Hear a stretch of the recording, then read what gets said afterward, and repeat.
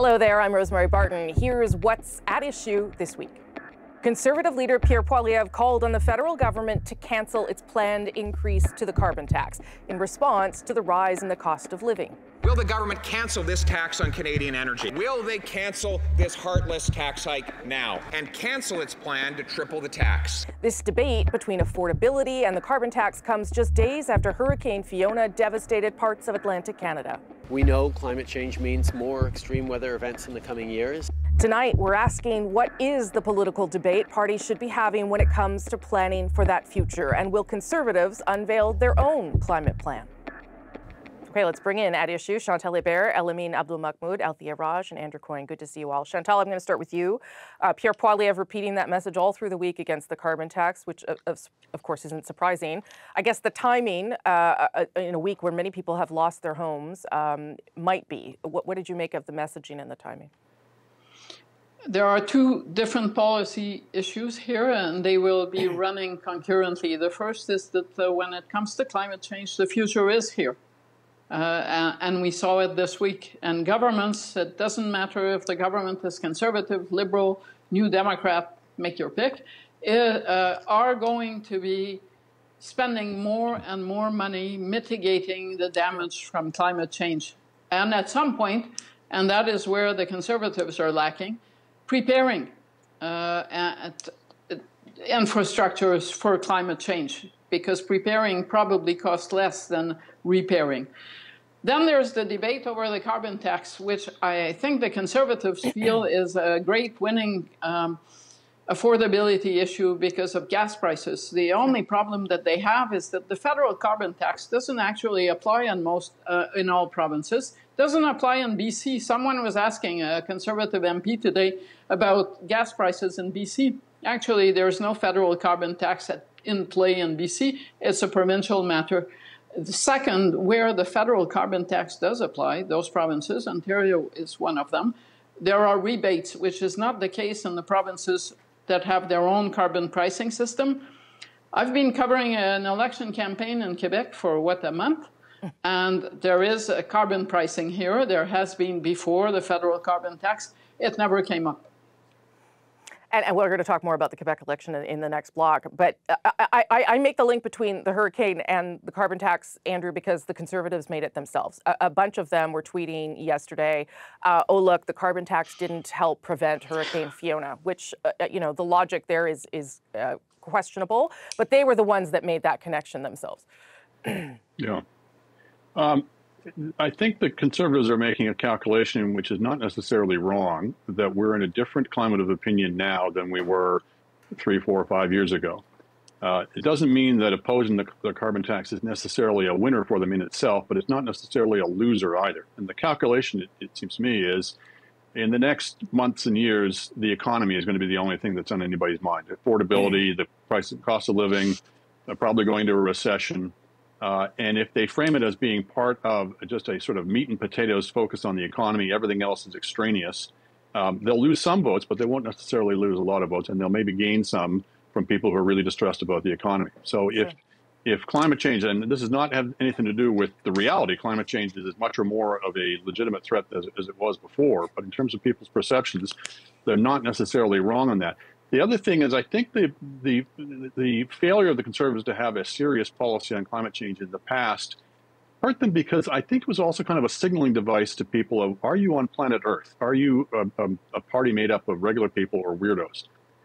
And to the extent that the Poilievre party has been able to basically jettison the social conservatives as any kind of serious threat to his leadership, and that's somebody he really has to pay attention to, he's kind of got free range now, and he's not going to have to pay much attention to the anti-vaccine zealots in the future. So he's kind of got free range to have a pretty hardcore economic message in the future, and this may be part of that.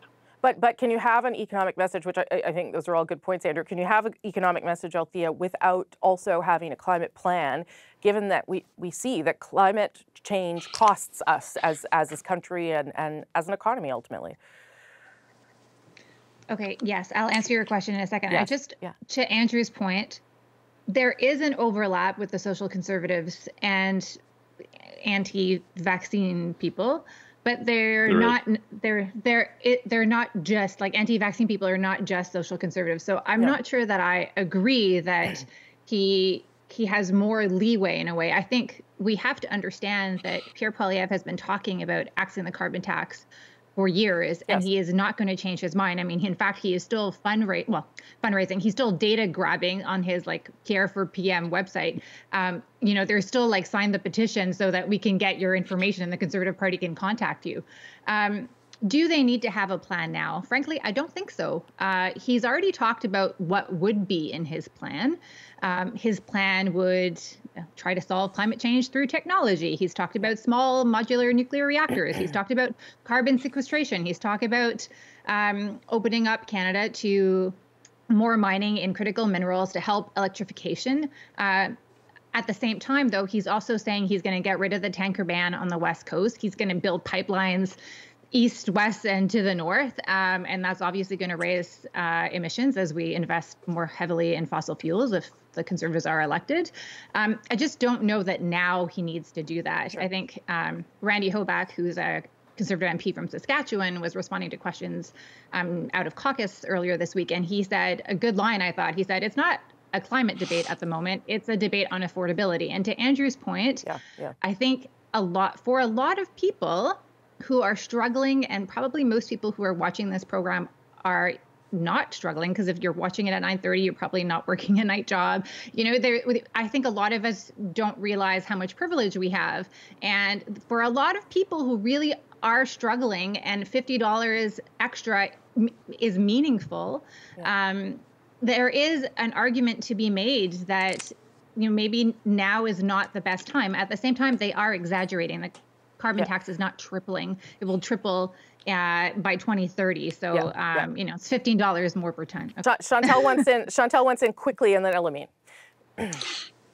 My point about the Quebec election wasn't about the Quebec election. It is about the fact that the issue of gas prices and someone should promise to bring them down by removing carbon pricing did not happen.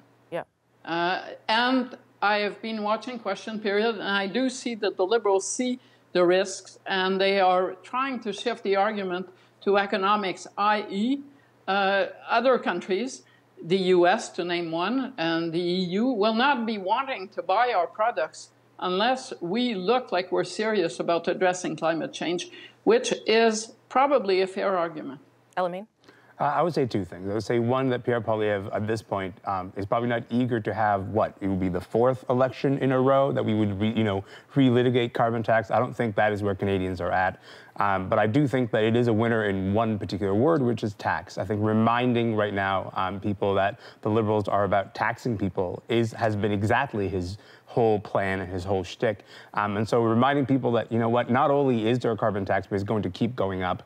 I think just reminds them that there's more and more government that's going to take, more money out of their pockets. I think that the entire play is about that reminder, not necessarily about, carbon or any kind of particular kind of climate change plan.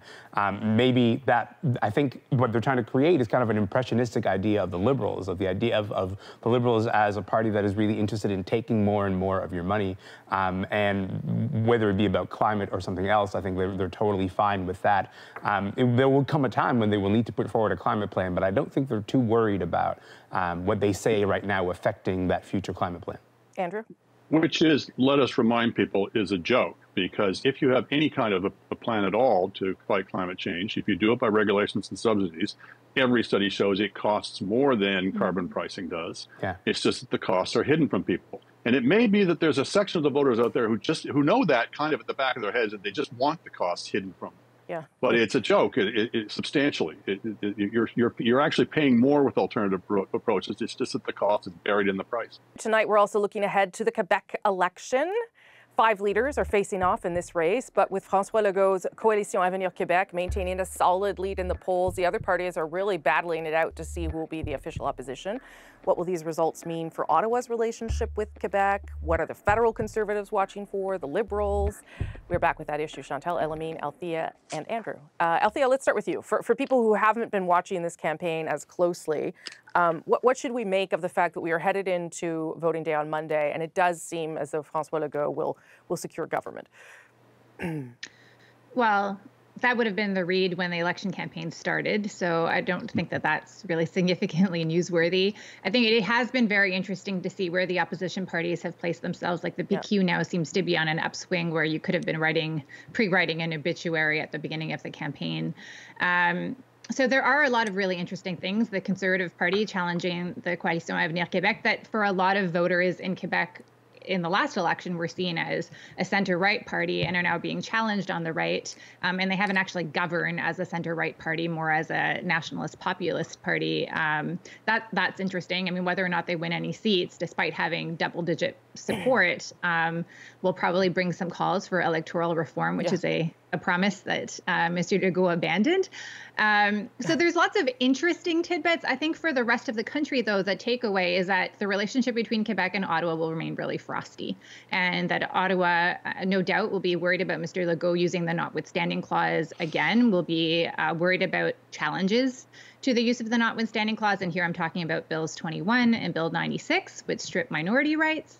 And so it is not going to be an easy relationship. If you'll recall, in the last federal election, Mr. Legault actually endorsed the Conservative Party, encouraged Quebecers to vote for the Conservatives. So it's definitely not smooth sailings, but there will be lessons learned, I think, for all political parties. For there's the NDP looking at Québec solidaire, the Liberals looking at the provincial Liberals, or the Conservatives looking at Mr. Duhem and where there might be potential gains for them to be made and how that message resonated with the population. Oh, wait, we should probably go to the person in Quebec next. So Chantal, what do you think this election will change, if anything?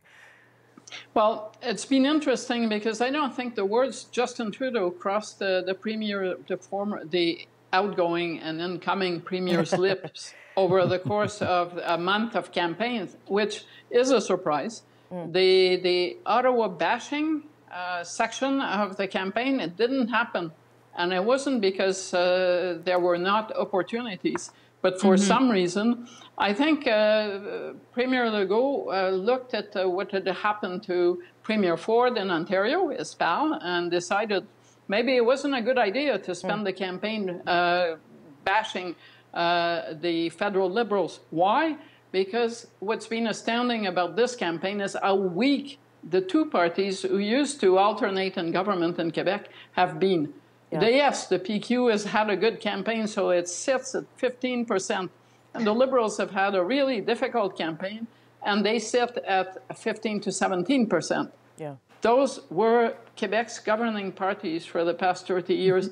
Now, the one thing we learned in this campaign, and I don't think I've ever seen anything like it, François Legault is ahead. No one says he's not going to win and win a majority on Monday. I've seen sore losers, but from the start to today, he has been the sorest winner I have ever watched campaign. Grumpy, not unpleasant, going out. The same person who was such a unifier over the COVID has become someone who just doesn't want to put up with contradictions, and that tells me that I expect that between Monday and the next Quebec election, François Legault will retire. Yeah, I was going to say, that sounds like someone who maybe doesn't actually want the job anymore. I don't know. Elamin and then Andrew. I mean, I think there's a few interesting takeaways for me. One is Legault's management of being able to have his cake and eat it too when it comes to Bills 96 and 21, by sort of making the argument of saying, you know what, we don't actually need to put forward such a nationalist argument. We can be able to protect a lot of what is important to us by taking the fight to Ottawa, by saying, you know what, we dare you because we are willing to maybe use the charter to protect these bills. I think that is an interesting kind of development for us. And then the additional thing that I'd like to talk about is also the rise of the Conservative Party, because while they've been using the rhetoric that is familiar to everybody watching the federal level of Conservatives, which is the rhetoric of freedom, the rhetoric that, of course, got Poilievre elected, it is a surprise to see it sort of, at least get you up to 20% in the polls in Quebec. Does that have staying power? No one's really sure. Does that have staying power beyond particularly the pandemic and the ways that the pandemic has restricted people? I don't know, but I think it is an interesting kind of blueprint to watch emerging. For sure. Andrew. Just back on Legault having not a particularly good campaign, if the opposition wasn't divided between four parties, he might be in some trouble. But as it is, you know, talk about some anomalous results. The Conservative Party may well win second in the popular vote in this election and finish with 1 seat. The Liberals could finish third or fourth, but be the official opposition. The CAQ will get less than 40% of the vote, perhaps, but 80% plus of the seats. He got elected last time on a promise to reform the electoral system, and then as soon as he got in, as parties often do, forgot about it or reneged on it. Almost always, but really. I think you Yes. may well see renewed calls for it coming out of this. Yeah. It is certainly not going to mean peace on the federal provincial front, not so much as a matter of feuding with the federal Liberals, but you know, the bills that François Legault has brought in already, Bill 21 and Bill 96, are frontal assaults on the constitutional order in Canada. They are deliberate attempts to go against you know, basic constitutional principles. Bill 96 purports to be able to unilaterally amend the Constitution, potentially in areas that are absolutely rock solid language guarantees in the Constitution, for example. And there is more to come on the immigration front, for example. So yes. I don't think we're headed for any kind of constitutional peace in this country, far from it. And of course, we've also got the province of Alberta possibly joining the game with the Alberta Sovereignty Act. So we'll have more to talk about on that front. Final point, just on the provincial Conservatives, the Quebec Conservatives, I was struck by a line in Pierre Poilievre's acceptance speech when he talked about how Conservatives in the rest of Canada could learn from the Quebec Conservatives' example. That is to say that as nationalists in Quebec, they are not the progressive nationalists of old, they are conservative nationalists. And they are against, quote unquote, wokeism, however you want to define that, and the kinds of things that Conservatives in the rest of the country have also been railing against. Yeah. This is interesting because when nationalism was the preserve of progressives in both Quebec and in the rest of Canada, that set up a confrontation, because if what you're really about is the tools of the state, in which you want large government, you're never going to have fights about which government should be the one that has the tools. If your fight is actually about against wokeism and all these other things, that's something on which that kind of conservative nationalism can make common cause between Quebec conservative nationalists and conservative nationalists in the rest of the country. Okay, Althia and Chantal put up their hand. I only have 10 seconds for each of you, though. So Chantal and then Althia, and then we're done. Well, let's be serious here. The Conservative Party at this point is polling at 15%. The Federal Conservatives at 23%. So it's not as if the tail is not wagging the dog. Second, and what's more interesting is if you look at the polls, more than 50% of Quebecers since the beginning of the campaign have expressed a preference for parties like the CAQ or the Conservative Party of Quebec, which are right of center. And that is a hard number. Yeah, and probably troubling for the federal Liberals. Last word, Althia. One of the most important votes, I think, when it comes to the Conservatives, the federal Conservatives here, strategy with regards to Quebec happened this week. The federal Conservatives changed their vote. They used to vote with the Bloc on issues of languages, protecting the French language. And I won't get into the weeds, but the entire French caucus, too, the Quebec caucus, voted with the party unanimously to support the government and voted against the Bloc. And I think that's a huge signal that they are now going after anti-notwithstanding votes in Ontario and not the courting of the Quebec Francophone voters as they had for the last two elections plus, actually. Okay, I got to wrap it up, even though I can see Chantal's got 5 more things to say, but I got to go. Thank you all very much. I appreciate it. I'll see you next week. Now I'm going to throw things back to Adrienne in Toronto.